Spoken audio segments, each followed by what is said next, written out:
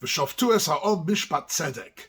The Torah is giving us here the highest possible standards of absolute, true, and fair justice, and gives us halachas and principles how to achieve that.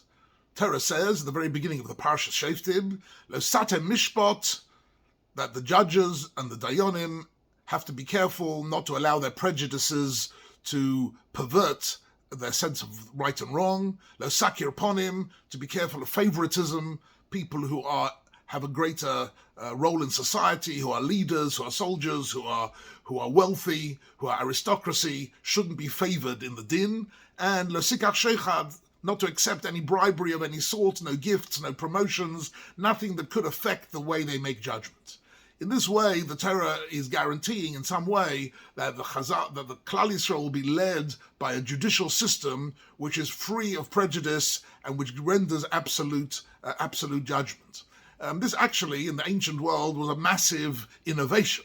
You understand that until the American Constitution was written a few hundred years ago and the British Bill of Rights, in the whole world, all judges simply gave rulings based on their own prejudices, their own friendships. The aristocracy got different rulings to the peasants completely. There were different legal systems depending on who the accused was and who the people involved, what role they had in society, and people of elevated status weren't judged at all. Right? So this idea only came into being in the world we are familiar with in the last 300 years. Prior to that, it didn't exist. But in the Torah, it did exist. 3,500 years ago, lo sate mishpat, lo sakir ponim, lo sikach sheichad were the rules on which the mishpat of Klal Yisrael was based. All the dayanim, the Sanhedrin, and the judgments were rendered in that fair and equitable way. What's interesting is that the Torah then proceeds to give us three mitzvahs which seemingly have got nothing whatsoever to do with judgment. The Torah goes on there to say at the beginning of Parshat Shoftim, lo sita lecha asherah kol eitz, don't plant the asherah tree on the Har Habayis. Lo sokim lecha matzeva, if you want to make a mizbeach, an altar, don't use one massive rock, but you should make it of various different stones together. And the lo sizbach shorba says yesh mum, not to have a korban which has a small, even the smallest mum, the smallest imperfection and blemish on it. A korban has got to be korban tomim, it has to be complete. What does the completeness of the korban and the rock of the matzeva and the asherah tree, what have they got to do with tzedek tiridov? And this is an amazingly interesting subject which I'd like to look at for a few minutes. But before we give an answer, I'd like to just make the question much stronger by having a look at the Medrash, because the Medrash tells us something astounding. The Medrash at the beginning of Shoftim tells us that when goes back to Shlomo HaMelech in Melachim Aleph chapter 10. And there it says that Shlomo HaMelech built for himself the most magnificent royal throne on which he sat. Was made of ivory, covered in gold, with all sorts of different sculptures around it. And this is where he sat in order to render judgment. And the Pasuk there says, Sheish ma'alois lakisei. There were 6 steps leading up to this throne. And when he went up these steps, and when he sat there, then he was in position to render a national and true judgment.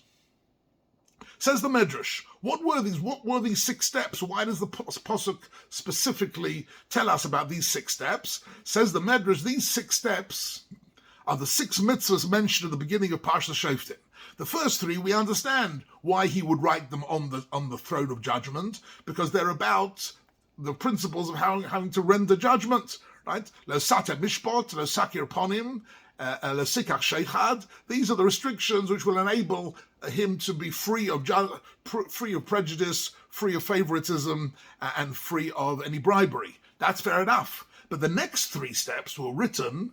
Lo sita lecha asherah, lo sokim lecha matzeva, lo sizbach shor b'seh sheyesh bo mum. Was written these other 3 mitzvahs. What could they at all be connected to the mitzvah of tzedek tiridov, and why would Shlomo HaMelech have inscribed them on the steps leading up to his throne? And indeed, Medrash says that there was somebody who had the job of standing next to the throne of the king, and as he put his foot on one step, on step 1, he would announce loud and clear, Lo Sata Mishpat. And then he put his foot on step 2, and he would say, Lo Sakir Panim. In other words, all these 6 mitzvahs were announced publicly each time Shlomo HaMelech ascended to his royal throne. What is going on here? And in fact, the Kliyoko at the beginning of Shoftim mentions this medrash, and he says, Kol maskil yishtoem. Anybody who thinks about it will be shocked. What has this possibly got to do with Shlomo HaMelech's judgment? And he gives his own answer. But I'd like to give a different answer based on a sforno on this week's Parsha. The sforno doesn't mention the medrash, and doesn't mention Shlomo HaMelech, and doesn't mention anything to do with judgment, but he asks a different question. He asks, why are these 3 mitzvahs of the Asherah and the Korban and the Matzeva, why are they listed together? Do they have any common factor between them? So he says, yes, there is here a very important common denominator between all these 3 mitzvahs, and that is all 3 of them in the world of appearances, they are very impressive and very beautiful and very sort of breathtaking. The Asherah was a magnificent tree, right? Which on the face of it would have been a wonderful decoration for the Har HaBayis. And yet it couldn't be brought because it had the Avodah Zarah connection. The Matzeva also was a wonderful, massive rock, which was very impressive.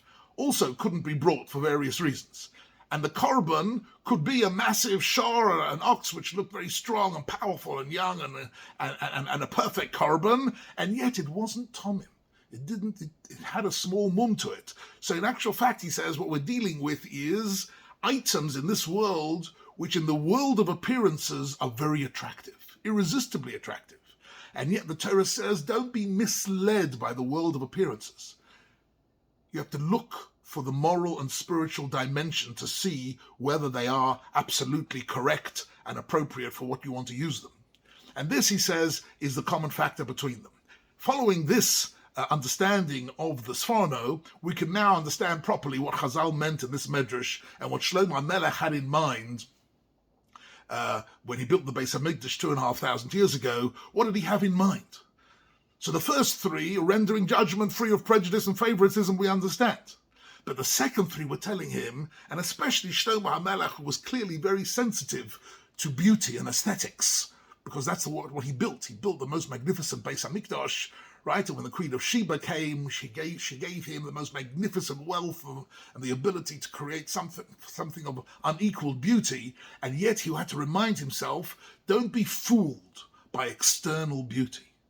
What is important is the inner meaning, the inner message, the essence of every individual, of every situation, of every judgment has a spiritual core to it, and not to be misled by things which are like an Asherah or like a Matzeva or like a big Korban. Maybe they've got a mum. Maybe they're connected to Avodah Zarah somewhere.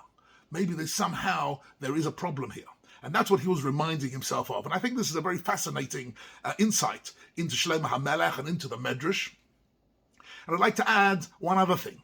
And that is, I think that this idea goes all the way back to Adam and Chava in Gan Eden. That when Chava is tempted to take and eventually succumbs to taking from the Eitz Hadas Tov Ra, what does the Pasuk there say? It says, "V'teira isha ki tov ha'etz lemachal." The senses of eating, the tastiness was evident, and she was impressed by the external appearance of the beautiful, seemingly irresistibly tasty fruit. Right? The ta'ava hila inayim, that in her eyes, this was a ta'ava. It was eye candy. It was something which was something beautiful, so beautiful that it distracted her from other issues.